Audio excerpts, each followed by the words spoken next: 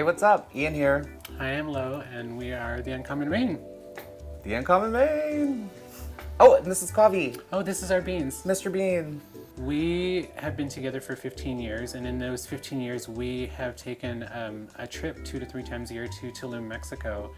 We've really been inspired by that place, the architecture, the lushness of the jungle, the humidity of the Caribbean, the warmth of the water. Everything about it was just so beautiful.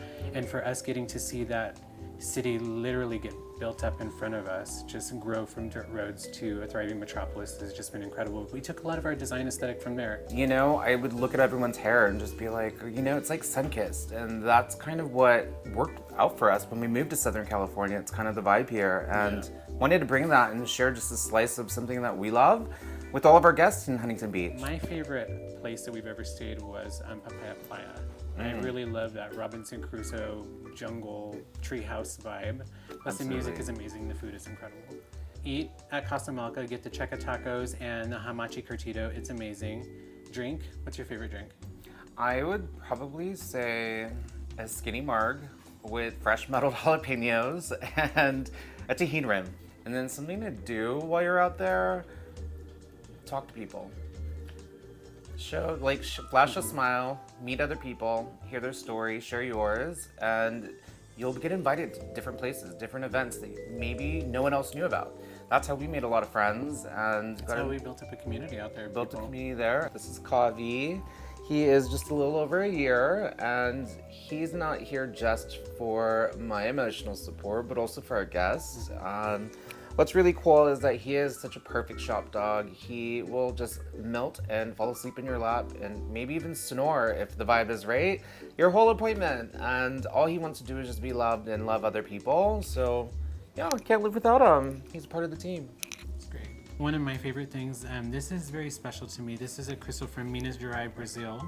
With our salon, again, we're very big about vibes and energy. I do believe that crystals and natural elements play a big role in that and how they conduct vibes. So all over our salon, we do have a lot of collector's pieces, and I'm always switching them in and out depending on like the lunar cycles, the seasons, and who's coming into our salon actually. It's something that I found kind of works for us. It could be a little woo-woo at times, but I do love it. It's just one of my things. This thing.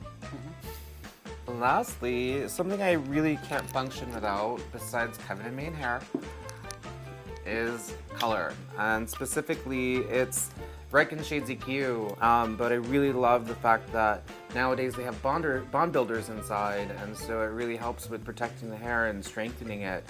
And more specifically, some of my favorite colors within the line would be the NB series.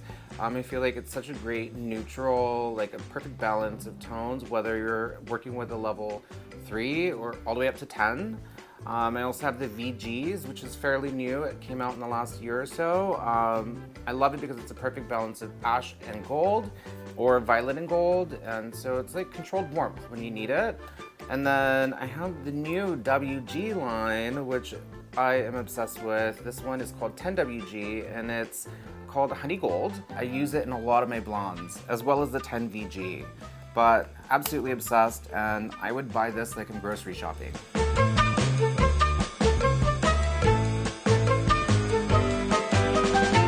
Okay, so I want to share with you some of the photos that really put me on the map.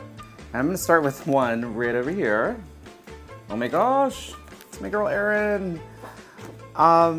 You guys, so she is a really nice, beautiful blonde, and she's a working model here in LA, and she also travels around the world, but literally when I say put me on the map, like she is representing the Uncommon Mane across the world. Hey Lo, what do they use on Erin?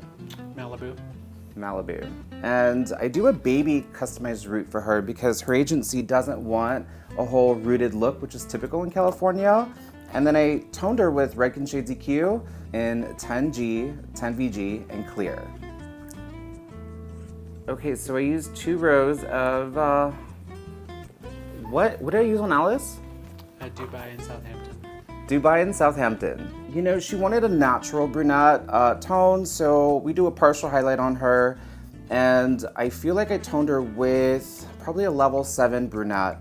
That's still rich, not too ashy, to really bring out her beautiful olive skin.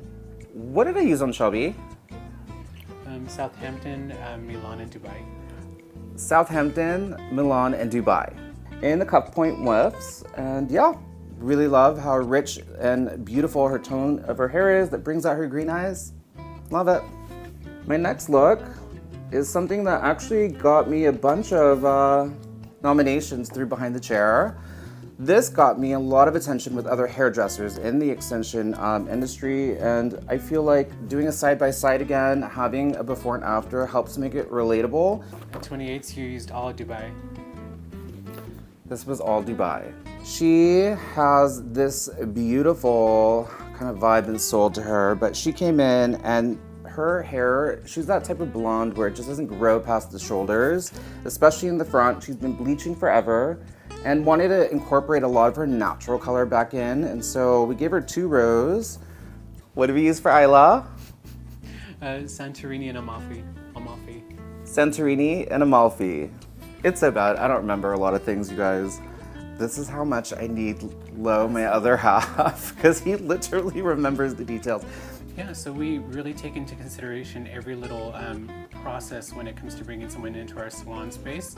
Privacy, exclusivity, anonymity, even specifically having a luxury experience in a salon suite really goes into, one, your brand aesthetic, you know, how you treat them, what the look is like, what the smell is like, what the vibe is like when they walk in. We want everything to be very airy and fairy and easy. Oh, this arm. Baby. Get it together, you're working for Get it together. Okay. So we positioned ourselves with one girl when we came down here, and then she really fed us a lot of her friends, and from there it just spread like wildfire. And everybody that we have currently that's in the entertainment business that sees us are connected to that specific girl. So I think demographics is everything. We try to be mindful of what we're going to do with their transformation, but we have to kind of juggle what the agency wants and how they can be marketable. And through that, we end up meeting their friends or other people in their industries, whether it's in TV or if it's other modeling gigs, because they all kind of run in the same kind of The same circles. it's like sure. a race even when it comes to casting and auditionings, you know, but they see the hair, and we're very lucky that people are more than happy to share where they get their hair done. He mentioned, like, I don't do any of my consultations, and I literally meet people for the first time in the salon suite when they're in the chair. But one thing I want to point out is that he knows my energy and my vibe, and he knows the type of personalities that I can get along with, ones that I can really just feel disarmed and I can just be my creative self. And I think, I mean, you haven't failed me yet. And I think it's really important, if you are someone in like a suite environment, you need a business manager. You need someone who can facilitate the nitty-gritty for you so you can be the creative and do what you do best, what you've invested your time and money and years, blood, sweat, everything into. He does that. He gets to do the art and the beautiful work, and I love doing the nitty-gritty. So I feel like having that person that you can trust with your brand aesthetic to make everything run smoothly so you can perform at your optimum is everything. He puts in more work that you probably won't see, especially when you're a guest in our chair. Like, you see me in the mirror. And you see me hanging And out. you see Lo running around, and he's here and he's there. But like, he does everything in the background. He does all their calls. He does everything from emails and just ordering people's lunches. Those little things, when I need to stay focused on the head in front of me, like, I don't think I could do it if I had to juggle everything. So I kudos. don't think you could either. Kudos to you. But what are 3 things that I do that you would freak out about or not want to do? All those things. Hair times 3, none of it. Okay. There.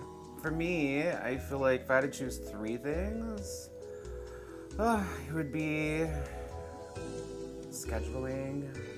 It sounds basic, but it's scheduling. I'd probably choose my own consultations. I have to tell people no a lot. Ooh, yeah. Ian's not Yeah. that person. He doesn't like to tell people no. He's a very tender-hearted person. Part of our dynamic too that works is that I don't want to say good cop, bad cop, because I think we can flip roles too. But for the most part, like, he knows his lane, I know mine, and if I had to disappoint people or turn them away, it would crush me. I'm not gonna lie. but I'm kind of like the one that when you get here, I lift you up and I make you feel good and I send you off into the world. And Yeah, he's the party. yeah, but everyone loves you too. Like you are everything when it comes to client or guest services and just experience and even moderating my energy. Like that's huge. Huge.